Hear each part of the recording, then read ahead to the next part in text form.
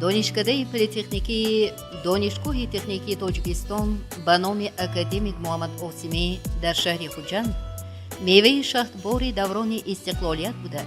از بهترین مؤسسه عالی کشور در مورد سطح بلند دانش، شرایط خوب مادی و تکنیکی محسوب می‌یابد. در 4 فاکولته دانشکده تعداد دانشجویان و ماگسترانتان و دکترانتان نزدیک به 4000 نفر رسیده. با آنها 180 نفر آموزگاران درس می‌دهند. 48% آموزگاران درجه و عنوان علمی دارند و دانشکده از روی نشانداد آموزگاران جوان عنواندار میان مؤسسه‌های عالی در جای اول می‌ایستد. فاکولته انفرماتیکا و انرژتیکا با آماده‌کنی مهندسان و عالمان ساحه تامین برق، انرژتیک و تلکمونیکاسیا و تامینات برنامه‌ای کامپیوتری روانه شده. در فاکولته ساختمان و نقلیات مهندسان آینده ساختمان و صنعت مصالح ساختمانی، خدمت‌رسانی اتومبیلی و تشکیل حمل و نقل در نقلیات معماران آماده کرده می‌شوند. فاکولته مهندسی تکنولوژی تکنولوژی بلند اختصاص را همچون اگروتکنولوژی، خواجگی‌های تخمانی، مدلیر، کنسترکتور و تشکیلاتچی ساحه محصولات دویزندگی، تکنولوژ، تشکیلاتچی سرساحه صنعت خوراکواری تیار می‌کند. اقتصادچیان و مالیه‌شناسان تیار کرده فاکولته مهندسی اقتصادی از بهترین متخصصان در جامعه شناخته شده است. دانشکده اولین شده نظام کردیتی و مرکز تستی را در روند تعلیم کشور با مقصد از بین بردن الیمنت‌های کورپسیونی و بلند برداشتن صفت تعلیم جاری نموده است. در دانشکده اولین شده در آسیای مرکزی سیستم اداره کنی اطلاعاتی فعالیت می‌برد که آن از طرف کارمندان و دانشجویان دانشکده ساخته شده است. سیستم مذکور شفافیت روند تعلیم، داد و گرفت حجت‌ها را تامین نموده برای تیز و با سرعت رسانیدن نتیجه‌های سنجش و امتحان‌ها با استادان و دانشجویان خدمت می‌کند. دانشکده یکمین شده در جمهوری اجازتنامه را برای تحصیلات فاصله‌ای گرفته است و حالا طبق این روند تعلیم دانشجویان تحصیل گرفته ایستادند. مقدار عمومی پتنت‌های اختراعاتی و سرتیفیکات‌های ذهنی استادان و دانشجویان به 100 عدد رسیده، از آن 30 تاش برای ساختن سیستم اطلاعاتی اداره‌کنی دانشکده گرفته شده است.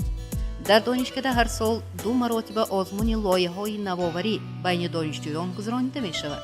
در دوام 6 سال فعالیت دانشکده 2 مراتب مکان برگزاری آزمون بهترین لایحه نوآوری گردیده. در هر دو آزمون شاگردان دانشکده میان 39 مؤسسه عالی کشور غالب آمدند. دانشجویان دانشکده ما در المپیاد فنی جمهوری و دیگر آزمون‌های جمهوری و بین‌الخلقی اشتراک نموده 21 جای اول، 23 جای دوم و 38 جای سوم را اشغال نمودند. در بین دانشجویان آزمون‌های گوناگون گذرانیده می‌شود که ترغیب کسب و هنر، آموزش علم، تکمیل جهانبینی و حس وطن‌دوستی مضمون اساسی را تشکیل می‌دهد. دسته هوسکاران دانشکده در آزمون اندلیب و فروغ جوانی 2016 مهارت بلند هنروری نشان داده میان مؤسسه‌های تحصیلات عالی غالبیت به دست آوردند. دسته حاضر جوابان دانشکده در کوین آسیا میانه در شهر بیشکک جمهوری قرقیزستان ماه مارس سال گذشته از بین 26 دانشگاه‌های عالی آسیا جای اول را اشغال نموده جام این چاره‌بینی با نفوذ را به دست آوردند. در دانشکده به رشد ساحه ورزش دقت اساسی داده می شود. حالا در دانشکده چمپیون‌های جهان و آسیا در رشته‌های کاراته، جنگ آمیخته، باکس تحصیل داشته. ورزشکاران دانشکده در رشته‌های بسکتبال و والیبال در صف پیش دانشگاه‌های کشور نیستند. دانشکده با 192 مؤسسه‌های تحصیلات عالی جهان شرطنامه‌های همکاری داشته. در دایره برنامه‌های تمپوس، اراسموس موندوس، اراسموس پلوس در کامپوس فرانس ایسی با 66 دانشگاه‌های اروپایی همکاری می‌نماید. حالا نزدیک 30 استاد و دانشجوی دانشکده در خارج کشور کار و تحصیل می‌نمایند. دانشکده با 170 تشکیلات و کارخانه‌های ولایت سوخت شرطنامه‌های همکاری داشته. تأسیس مرکز مرتبه رابطه دانشکده را با مؤسسه‌ها قوی‌تر نمود.